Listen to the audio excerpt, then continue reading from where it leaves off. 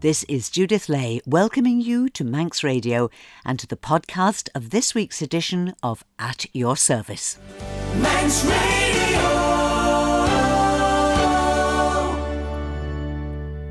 Today I'm doing something I very rarely do. I'm going to repeat part of an interview, but there's a very good reason and I'll explain more a little later in the programme.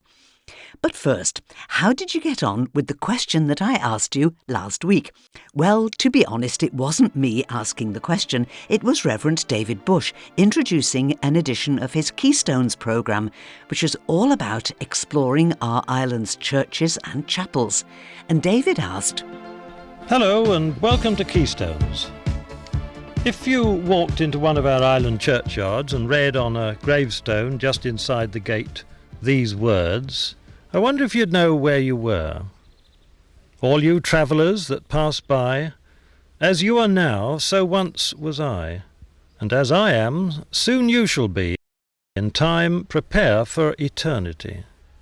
Well done if you said he was talking about Santan Parish Church. And that's where we'll be going right after our hymn. And I've chosen this one specially for everyone getting married around about now. Also for all who are planning a wedding and everyone celebrating an anniversary over these summer months. This is Love Divine, All Loves Excelling, Joy of Heaven to Earth Come Down.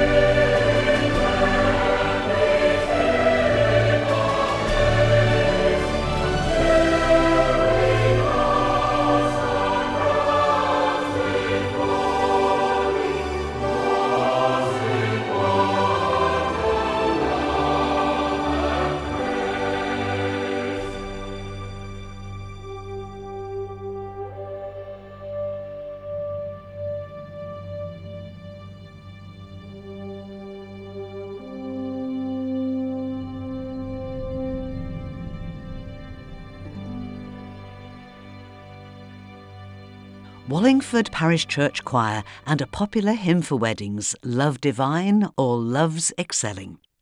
A little later in the programme, I'll be telling you about something new that'll be happening later this year, and I feel sure it's going to be good for all of us. But before that, let's listen to something recorded in 1986. Yes, almost 40 years ago. This is Reverend David Bush discovering all he can about Santan Parish Church in conversation with the churchwarden at the time, Donald Gelling. Yes, we're down at Santan, the church that's dedicated to St Sanctan. It's a lovely position, beautiful views to sea and inland. One of the 4 churchwardens of the parish is Don Gelling. How long is it that you've known Santan Church? Well, I have lived in Santan all my life. In fact, I live in the same house, so I've known it all my life, which is 48 years. And I've been coming up here connected with the church for something in the region of about 15 years as a warden. Do we know who St Sanctan was? We believe he was of Irish origin, and he came to the island, and this is where the name came from, so it is connected with Ireland. At some time, of course, the church used to be known as St Anne's, which is indicated by the slate tablet on the west wall of the church. This, I do believe, was the mistake that was made when it was rebuilt in 1774, when the plaque went up with St Anne's, when in actual fact it should have been St Sanctain. So I think this is where the mistake was made, was in 1774. Well, Santan has the distinction of containing within its churchyard probably some of the oldest bones of any Manx churchyard. I believe they're situated over in the corner near us, near the entrance, aren't they, Don? Yes, in fact, these bones were found in 1976, just 10 years ago, by Mr. Ian Parker in a field just over behind us here. The museum took these bones, they had an inquiry, and we find that they actually date back to somewhere around the 10th century. And we did have them reinterred in the graveyard here in the corner with the actual slabs that were taken from the field where they were buried. So they make a centrepiece in the corner. And another interesting and quite unusual grave here is that of a very long-living person. Yes, if it is such a thing to say, we're proud to have the oldest Manxman that ever lived, who was Daniel Tier. And Daniel and his wife are buried here, and of course Daniel was 110 years when he died, and the epitaph on his particular stone reads, "Here, friend, is little Daniel's tomb. To Joseph's age he did arrive, sloth killing thousands in their bloom, while labour kept poor Dan alive. How strange yet true, full 70 years, was his wife happy in her tears." This must be a grave which is very often looked at by visitors coming here, quite a place for pilgrimage. Very much so. It's not just the history of Santan, it's part of the history of the Isle of Man, and it's one that the visitors do look for and pick out. So therefore, as you can see, it's nicely alongside the path, and it is easily to get access to. I've also been looking at a very large lumpy stone which is not dressed or carved in any way and has no description of it at all. It's on the south side of the church. Shall we go and look at it, and you can tell us who that is? Yes, here we are now on the south side of the church, and we're looking at the Great Stone, as it's called, and the stone covers the Cosnahan family grave, and it is 30 hundredweight, and it's a massive stone. And the Cosnahan family, I think there was something like 6 were vicars, 4 vicars of Santan, and 1 at Braddon and 1 in Peel, and they're all under this great stone. How on earth they ever got it here, I wouldn't know, with the primitive machinery they'd have in those days. Another thing that I find interesting, that although there has been a church or a keel here for probably nearly 15 centuries, the present building, I think, only dates from 1774. Yes, something rather drastic must have happened in 1774, because in 1720 to 1730 there is the record that it was rebuilt then, and as I say, it must have been destroyed by fire, because it was then rebuilt again in 1774, which is only a short time after it was rebuilt in the first place. So I think something rather disastrous must have happened at that time. When they rebuilt it, they obviously had the typical Manx idea of a simple building, very nicely proportioned, built in stone, of course, the local stone, and whitewashed. At the west end is a very interesting bell turret, nicely designed to lead up to the octagonal top, finishing with a large pedestal and ball. On the corner, of course, of the church, there are 4 pinnacles, which again are typical of some of the church buildings on our island. And there is one stained glass window, the one at the east end. You can't see much of that from the outside, so shall we go inside and have a look at it more closely? We're now standing inside the church, and we're going along to the east end to have a look at the stained glass window there. Yes, this beautiful east window was made by Messrs. Shrigley and Hunt of Lancaster, and it actually depicts the institution of our Lord's Supper, and actually in the window are the words, "Do this in remembrance of me," and above it, "Glory to God in the highest." And the roof and pavement of the window are very complementary to the actual church roof and pavement of the church itself. Just at the back of the church there are 3 stones. One of these is particularly unusual for a Manx church. It appears to have some inscriptions written sideways. This is unique. It is believed to be the only Roman remains of its kind ever to be found on the island. Its origin and history are quite unknown, but it was found amongst the foundations of what once was the church or the keel here during the excavations for the rebuilding of the present church. It bears an inscription, and as I say, this is something of great interest also to the history of the island and not just to Santan Parish Church. What we do know is some of the interesting furnishings in the church. We've got 2 collecting dishes which you still use on occasions, I believe. Yes, these are of the long-handled type, so that the person taking the collection never lets the plate go. They date back to 1757 and were given to the church by Hugh Cosnahan, who was a merchant of Douglas. Right above the crosses where we are is a gallery which contains an organ. It was originally provided so that minstrels could play in the gallery, and it then was superseded by a quaint battle organ which can now still be seen in the Manx Museum in Douglas. And the present organ was built by Hewitts of Leicester and was installed towards the end of the last century. Just in front of it is a coat of arms, one of the royal coat of arms, with a rather fierce-looking lion on the left-hand side. Well, this is a royal living, and the coat of arms that's on the gallery are King William IV, who came to the throne in 1830. But the letters WR really do confuse us a little, because it is said that it could be the coat of arms of George III or even George II, which date back to 1801 and 1836. The panelling on the gallery is very similar to the pews, and in turn similar to the panelling round the pulpit. The pulpit, I would guess, has come from some other church, perhaps the earlier church on the site here. It certainly has that look about it, that it wasn't made particularly for this church. Whatever its age, though, the pulpit must have had many different vicars treading up the steps into it. I wonder if there are any special ones that come to your mind, Don?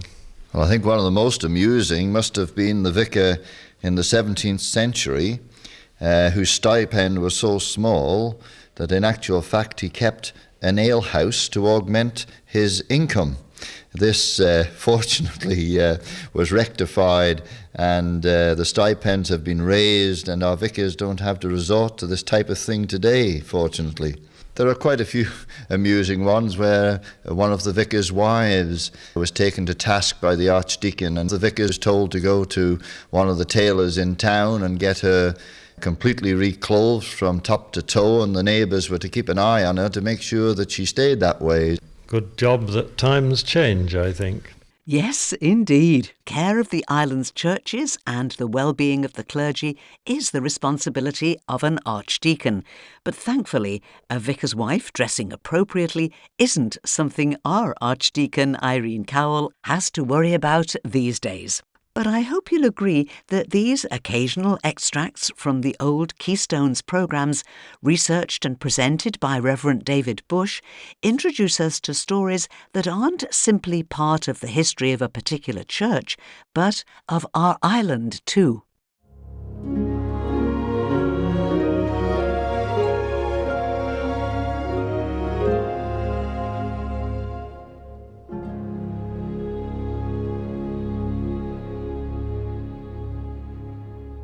In early spring this year, I interviewed two visitors to the island, Reverend Jeff Felton and Reverend Catherine McPhee, both ministers in the United Reformed Church.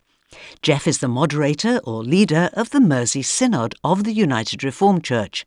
The Mersey Synod is made up of 73 United Reformed churches round the northwest of England and includes two on the Isle of Man, St Andrew's on Glencrutchery Road here in Douglas, and the United Reformed Church family who share their weekly worship with the Methodist Church family in Ramsey. Reverend Catherine McPhee is based in Wavertree on Merseyside, where she has the care of two churches, and since the retirement of Reverend Dawn Mather, she's been visiting the island regularly to minister to the United Reformed churches here.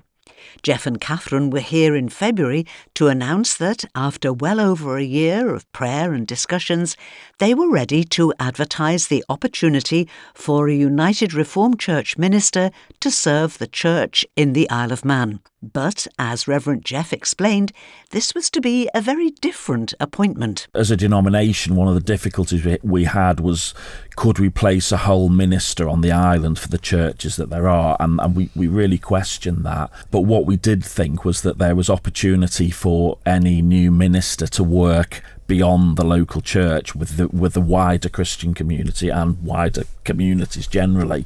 So part of the new role is they will be obviously associated with the local United Reformed churches, but a significant and a much larger part of their role will be working within the community to encourage churches to work together, to reach their communities and to communicate a little bit better together as well as denominations. So part of what we've done is we've created a time, a space within the role description to be focused on that. And I think the exciting and the fresh thing about this role is that, as well as supporting the work that's already going on the island, we're hoping that this new person will be a catalyst to instigate new work on the island together, having listened to the churches and the communities and what they feel the needs are, to actually start up fresh initiatives and new mission activities as well. So I think that's one of the exciting things for me about this role. The job is being advertised at the end of February to all URC ministers who are active in the denomination, and now it's a case of waiting for God to prompt the right person to explore that calling. It's now on the vacancy list and we just wait and see who comes forward. So it could be next month, it could be 6 months. It is a very exciting opportunity for whoever takes this role on, because there is scope for creativity, there's scope for doing things that transform communities. Then, of course, people have different gifts and skills, and you might not have the necessary gifts and skills in one congregation. So by pulling together people from different denominations and different churches across an area, you get the gifts and skills that you need to do the particular work that you have been called to do. But you've still got also the care of two church communities. So you've got the pastoral care of two church communities and the creative expression of new opportunities as well. Ramsey is already worshipping with the Methodist Church, so they've already taken that step further towards being an ecumenical community than where Douglas, St Andrews is in Douglas. I think it's about listening to these two different communities, recognising that they're separate and they have different needs, but exploring what's best for those communities. We want the person that comes to listen to the communities and to the churches, to hear what the needs are and to work out the next step in what Christ is calling the United Reformed Church to be doing with the rest of the denominations across the island. So there's a lot of listening involved, listening to communities, but also listening to God and the Holy Spirit, hearing what God is calling them to. So that was the situation in February this year. As Catherine said, the new role for a minister in the Isle of Man was offered to all United Reformed Church clergy in active ministry. And we waited. Then, when I was at the wonderful Flower Festival in St Andrews here in Douglas, I heard that Reverend Catherine was no longer visiting the island. I assumed this was probably to do with pressure of work in her home churches on Merseyside. But I was wrong. It was for a much better reason. Catherine had stepped aside because she felt she was being called by God to apply for the role herself.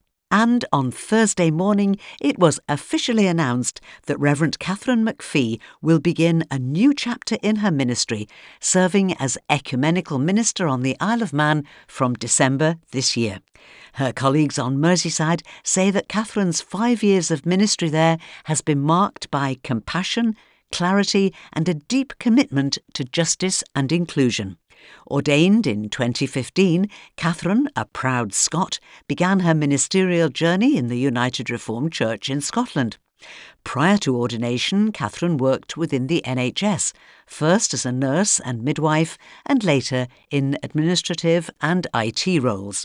Catherine brings a rich and varied background to her ministry, along with a strong theological foundation and a heart for community and churches working together.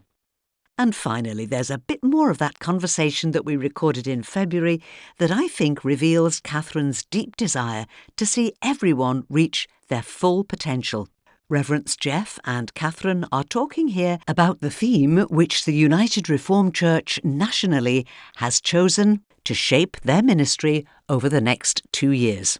For the last 2 years, our theme has been Talking Faith, and we've been encouraging our churches to learn how to be a little bit more open about their faith with one another and with friends and neighbours and family members. So that's been the last 2 years, and we've just launched our theme for the next 2 years, which is called Living Faith. So it's one thing to talk about your faith, but it's also another thing to actually live it and act it out practically. And we're going to be encouraging churches to ask themselves, how can they live out their faith effectively on their front lines, where church members find themselves on Monday morning at 9 o'clock. What does their faith mean to them in that context? It's the talking faith and the living faith coming together to make something really special. The United Reformed Church had a big report commissioned a couple of years ago, and one of the key findings of the report was that we were great at working in the community and changing the communities that we lived in, but we weren't very good at talking about why we did that. And so part of the talking faith came out of that report that was done, just to help people to articulate the love that God gives us, the forgiveness that he gives us, the grace that he gives us, and that we're called to share with other people as well. I think what we need to learn is we just need to learn to tell our story. It's a personal journey, and it doesn't matter if it's not the same as somebody else's. It's our interaction with God and our faith, and it'll touch a point with somebody we meet. But it's just about our story, and it's not more complicated than that. And I think we always have this fear that we're going to get asked a question that we don't know, and that will show our faith to be weak. But actually, it's quite okay to say, I don't know the answer to that, but I can look it up, or we can talk about it a bit more. But it's okay to say don't know. I think one of the things that we've lost in a lot of church tradition is telling our testimony, that actually hearing how somebody has come to faith, how they live their faith in difficult situations that they've experienced is very powerful. I love listening to people's testimony, and I think that's something that we've lost within the church tradition in a lot of denominations, and it would be great to see that come back, and that would help people to learn how to tell their story. If we told it within our own community to the friends that we feel safe telling it to, build our confidence to then tell it to the stranger. And sometimes we need people in our lives who are, sensitive to that kind of thing, and will just say, is that God at work there? Is God trying to speak to you through this? That was my story. I said to my friend, I feel like I'm being called to ordination, and she said, I've been waiting for 6 months for you to tell me that.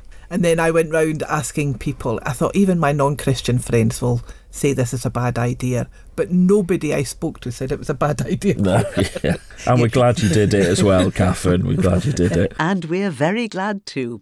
We pray that Reverend Catherine McPhee's ministry here will be a long and happy one, and we look forward to officially welcoming her to the island in December. And now let's finish, as we usually do, with a look at our notice board. Today, the 24th, there's another bilingual Manx and English service in Ballabeg Methodist Chapel tonight at 6:30. This one will be contemplative in style, and the theme will be Where Heaven Meets Earth. Reverend Dr. Janet Corlett will lead it, and it'll be followed by refreshments with, as always, a warm welcome for everyone. Tomorrow, Bank Holiday Monday, there's another collectibles, vintage and antiques fair in St Paul's Church in Ramsey. Open tomorrow from 11 a.m. to 4 p.m. Admission is just 50p for St Paul's Church Fabric Fund, and providing refreshments while you browse, Cafe San Paolo will be open in the church lounge. And now some news of Race Week refreshments. Bride Parish Church Hall is open today and tomorrow from 11 a.m. onwards, serving sandwiches, cakes and desserts, as well as homemade soup and a roll. And once again, there'll be race day refreshments in Sulby. Instead of being served at Sulby Bridge, you'll find the team waiting to serve hot and cold food and drinks just down the road at the Methodist Church at the Crossroads in Sulby Village. They'll be open on race days only, and they'll start to serve about 30 minutes before the roads close. Next, we go to St Thomas's Church here in Douglas, off the promenade near the Gaiety Theatre, where the popular choir Glenfaber Chorale, conducted by Muriel Corkish, will provide an hour of music for all tastes. It's on Wednesday evening at 7:45, with free admission, delicious homemade cakes afterwards, and a retiring collection where donations would be most welcome. On Thursday evening, this week's concert in St Catherine's Church in Port Erin will be given by the beautiful Manx choir Kurjin Kujak under the direction of Annie Kissack. It starts at 7:30 with free admission, refreshments afterwards and a retiring collection. Then, looking forward to next Saturday, August the 30th, there's to be a welcome service at 3:00 next Saturday afternoon in Castletown Methodist Church for the new probationer minister, Reverend Christvin Edbarg, and his family. Reverend Christvin will be looking after 6 Methodist churches in the south of the island, and everyone's welcome to join in what I'm sure will be a very happy afternoon. And that's all that we have time for now, but I'll be back tonight at 9:00 with Sundown, your invitation to join me in our virtual lounge for late night listening with your requests and dedications, and I'd love you to join me again if you can. And so, until whenever we meet again, this is Judith saying thank you for listening and wishing you and those you love and all who are visiting our island at this time a safe, blessed and peaceful week. And a very good morning.